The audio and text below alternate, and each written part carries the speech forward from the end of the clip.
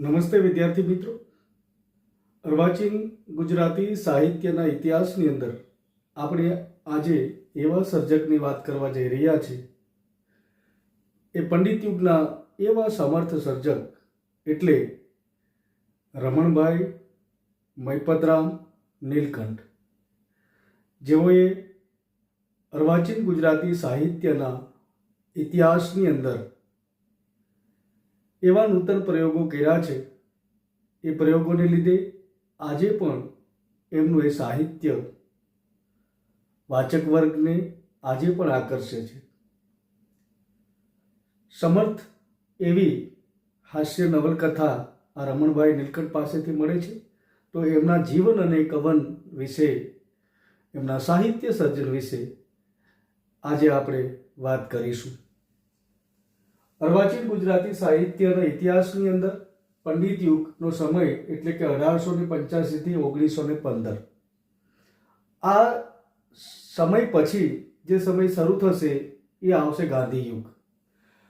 પંડિત યુગના આ સર્જક રમણભાઈ મયપતરામ નીલકંઠ કે જેઓનો જન્મ ઈસવીસન 1868માં અને એમનું નિધન એ 1928માં થાય છે. એમનું ઉપનામ છે મકરંદ. એટલે એક આપણે સાંઈ મકરંદ દવે, એ તો એમનું નામ છે, પણ આ સર્જક જે છે એમનું ઉપનામ જે છે એ મકરંદ ઉપનામથી એ સાહિત્ય સર્જન કરે છે. એમને કેટલાક એવા વિવેચક જે છે, સમર્થ કેળવણીકારો જે છે, એમણે પણ એમને કેટલાક એ બિરુદ આપ્યા છે.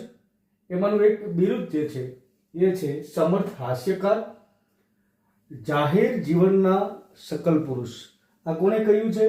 તો આનંદ શંકર ધ્રુવ જે છે, આનંદ શંકર બાપુભાઈ ધ્રુવ, એમણે રમણભાઈ નીલકંઠને જાહેર જીવનના સકલ પુરુષ કહ્યા છે. એ સમયના જે આપણી અંગ્રેજ સલ્તનત હતી ભારત દેશની અંદર અને ગુજરાતની અંદર પણ, તો ગુજરાતની અંદર જ્યારે અંગ્રેજ સલ્તનત હતી એ સમયની અંદર અંગ્રેજોએ રમણભાઈ નીલકંઠને સરનો ખિતાબ આપ્યો. અલગ અલગ રીતે જે તે દેશ છે એ અલગ અલગ રીતે એ ખિતાબ આપતા હોય છે. તો એમાંના આ સર્જક જે છે રમણભાઈ, એમને પણ અંગ્રેજોએ સરનો ખિતાબ આપ્યો. પ્રશ્ન પૂછાય કે ક્યાં એવા એ પંડિત યુગના સમર્થ